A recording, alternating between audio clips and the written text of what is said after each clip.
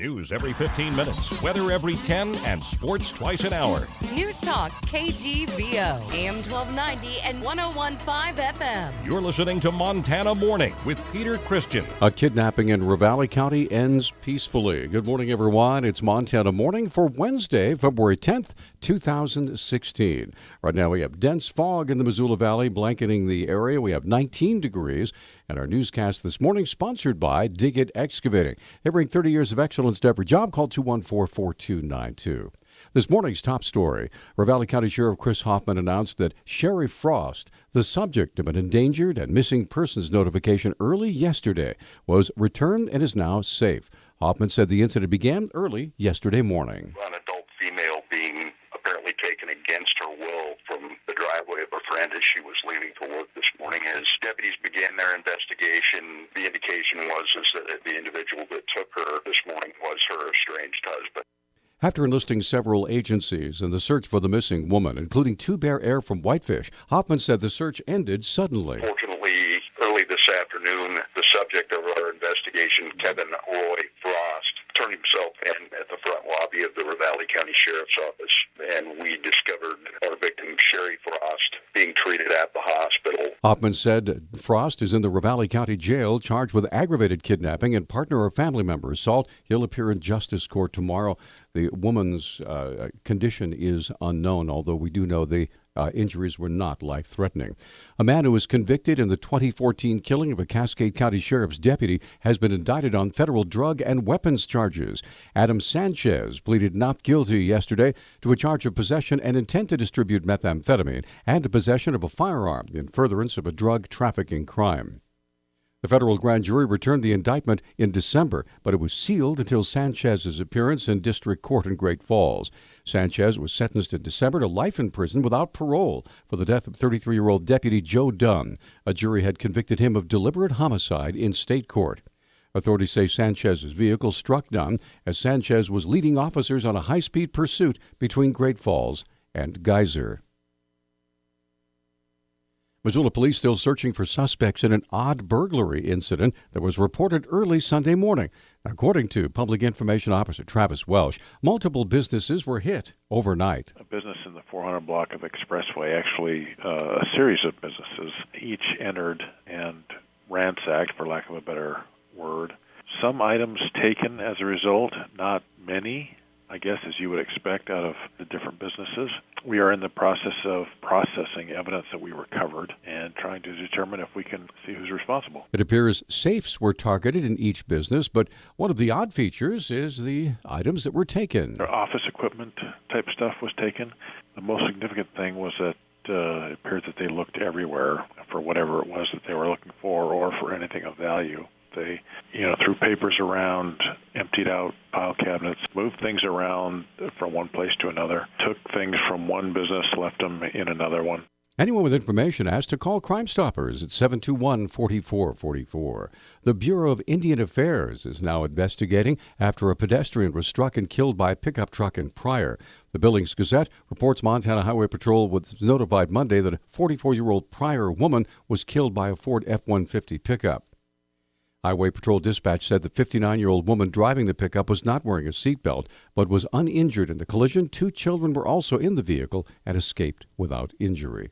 Montana Attorney General Tim Fox was jubilant yesterday over the U.S. Supreme Court's decision to halt implementation of the EPA's carbon regulations. Fox said Montana and 27 other states challenged those regulations. There's a likelihood of irreparable harm that would result from a denial of a stay. And fortunately, a majority of the court agreed with us and issued that stay today. So the EPA cannot implement their carbon regulations pending the outcome of the case in the D.C. Circuit Court of Appeals. Fox said the decision gives the states breathing room to eventually get the regulations themselves thrown out by the U.S. Supreme Court. I would anticipate now won't be fully and finally decided at the United States Supreme Court level on the merits until possibly next year. So it's a big win for the state, but the case goes on and we'll have to continue to litigate the merits.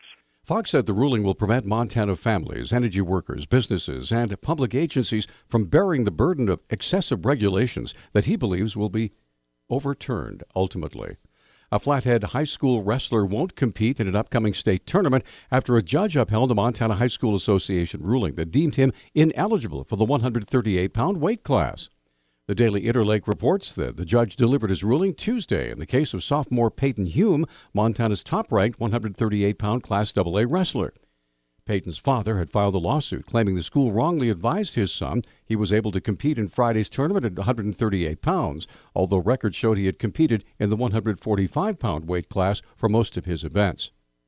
Under the state's so-called 50% rule, the association found Peyton only eligible for the higher weight class. Coach Rich Vasquez admitted in court the school failed to properly interpret the eligibility rule. Montana Junior Senator Steve Daines and Alaska Senator Dan Sullivan made their pitch to the U.S. Senate Monday, urging the Senate to split the Ninth U.S. Circuit Court of Appeals into two separate courts. Daines said that right now, people who live under the Ninth Circuit Court of Appeals don't receive equal treatment under the law. The Ninth Circuit Court is broken. It is overburdened, and it's unable to provide quality service and expeditious justice to the Americans it is supposed to serve. Under Daines' proposal, Alaska, Arizona, Idaho, Montana, Nevada, Oregon, and Washington would leave the Ninth Circuit and join a new 12th Circuit Court. California, Guam, Hawaii, and the Northern Marianas Islands would remain in the Ninth Circuit Court, and that court would still serve more per capita than any of its peers. Right now, the Ninth Circuit Court serves 64.4 million people, by far the largest of any of the circuit courts. That alone amounts to 20% of the nation's population. So let's put this in context. That's 85% larger than the next largest circuit, which serves just 34.8 million people. While Montana and Alaskan senators protest the current court structure in the legislature, the state of Arizona is going to court over court structure and is asked to divorce itself from the Ninth Circuit. Today's court structure is a vestige of a sparsely populated West from the past. In 1891, when Congress created the Ninth Circuit, only 4% of the U.S. population lived under the court's jurisdiction. Now it's over 20%. And a class of Montana State University students is proposing the university start a free food bank on campus to help feed hungry college students. The Bozeman Daily Chronicle reports a Sustainable Foods capstone class has created a business plan for a proposed Bobcat pantry. Faculty members went before the Associated Students of MSU Thursday seeking a resolution of support for the pantry, which passed unanimously. News Talk time now, 6:12. News Talk, KGVO. Missoula's official weather station. Freezing fog this morning will give way to a mix of sun and clouds. Highs will top out in the low 40s. Tonight, lows just below the freezing mark. Mostly cloudy and 40 on Thursday. Showers by Friday. I'm meteorologist Brooke Foster for KECI 13.